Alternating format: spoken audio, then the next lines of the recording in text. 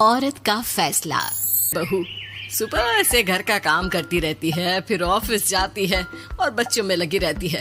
अरे ऑफिस क्यों नहीं छोड़ देती, या फिर घर के लिए कोई नौकरानी रख ले। कैसी बात कर रही है माँ? जानती तो है ना अभी इनके ऊपर कितना लोन है।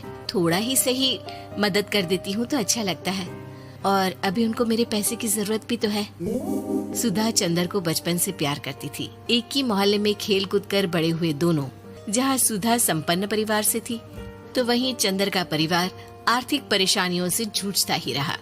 लेकिन सुधा की जिद के आगे किसी की नहीं चली। सुधा कल ऑफिस जल्दी जाना है और 2 दिन के लिए गुजरात ऑफिस के काम से भी जाना होगा।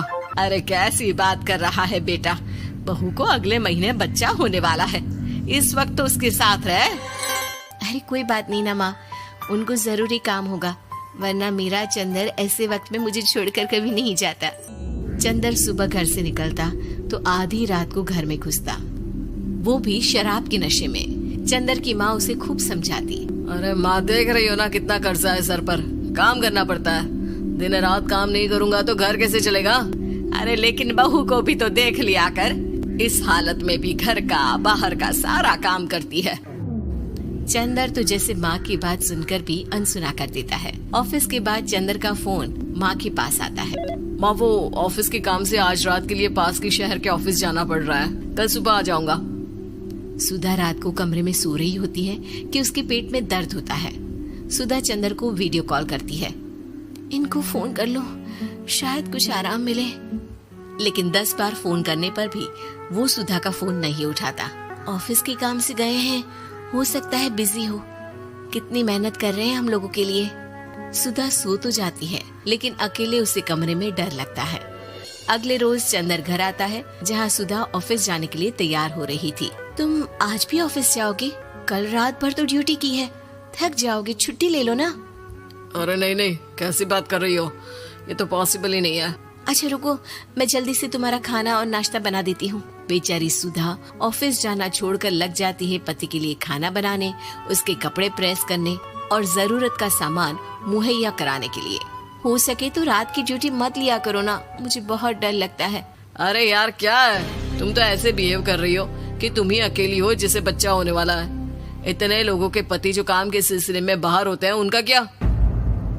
सुधा को चंदर के मुंह से ये बातें अजीब लगती है। अरे हुआ क्या है तुमको? पहले तो तुम मेरा कितना ख्याल रखते थे, मेरे पास रहते थे, मेरी दवा से लेकर खाने पीने तक का सारा ख्याल। और अब इस बार तो तुम एक दफा भी मेरे साथ डॉक्टर के पास नहीं आए, क्यों? अरे पागल हो गई हो क्या? पागल वाली बात कर रही हो। काम धंधा देखो या फिर तुम्हें लेकर टहलता फिरो। और मुझे शुक्रवार की रात को काम से निकलना है, सोमवार आऊंगा। सुधा को समझ में नहीं आता कि क्यों अचानक से चंदर को फील्ड का काम मिल गया है। लेकिन एक दिन, सुधा मैं और चंदर जरा एक रिश्तेदार के घर जा रहे हैं, तुम भी तैयार हो जाओ, घर में अकेली कैसी रहोगी। अरे नहीं, इस हालत में इसे लेकर जाना ठीक नहीं है। अरे लेकिन मैं ऑफिस भी तो जाती हूँ, फिर घर में अकेले। चंदर उसकी कोई बात नहीं सुनता। वो सीधा कार निकाल कर माँ को लेकर चला जाता है। सुधा घर के काम में लग जाती है कि अचानक उसकी नजर चंदर के बैग पर पड़ती है, जिसमें एक कागज दिखाई देता है। इनकी कागज भी ना इधर उधर फैले होते हैं, एक भी खो जाएगा तो बवाल करेंगे। लेकिन जैसे ही सुधा वो कागज खोलकर देखती है तो वो सदमे में आ जाती है। दरअसल वो कागज नहीं, बल्कि चंदर और उसके ऑफिस में काम करने वाली लड़की चांदनी की गोवा की टिकट होती है। सुधा चंदर के बैग को खोलकर देखती है तो उसे होटल के बिल से लेकर महंगे गिफ्ट्स और दूसरे शहरों के टिकट मिलते हैं। सुधा को समझते देर नहीं लगती कि उसका पति किसी और लड़की के साथ है। चंदर के आने पर सुधा उससे बात करती है। अरे नहीं, ऐसा कुछ नहीं है, तुमको गलत फहमी हो गई है। लेकिन जब सुधा के सवाल तीखे हो जाते हैं तो चंदर को अपनी गलती माननी पड़ती है और वो सुधा से माफी मांग लेता है। सुधा फैसला कर लेती है कि वो चंदर को छोड़ देगी। बच्चे और सामान को लेकर वो घर से निकल ही रही होती है कि सास उसे रोकती है। कहाँ जाएगी बेटा, रुक जा। चंदर को सुधा का जाना खल नहीं रहा था। वो झूठे मुंह भी उसे रोकने की कोशिश ही नहीं कर रहा था। सुधा चंदर को देखती है और मायके चली जाती है। मायके में माँ कहती है, अरे ऐसे कैसे घर छोड़कर आ गई? कौन सा चंदर तुझे छोड़ रहा था? माफी तो मांग ली थी ना। देखो बेटा, बेटी डोली में जाती है और अर्थी में ही निकलती है। पर पापा मेरा आत्मसम्मान उसका क्या?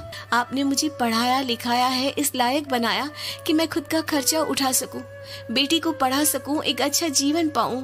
अरे लेकिन पति की जरूरत तो होती है ना सुधा दीदी, और अगर आपको नहीं है तो इस बच्ची का सोचो जो अपने पिता से इस कदर जुड़ी है। आने वाले बच्चे की सोचो जिसके आने से पहले ही आपने पिता का प्यार से दूर करने की सोच ली। सुधा फोन देखती है लेकिन चंदर का कोई कॉल नहीं होता।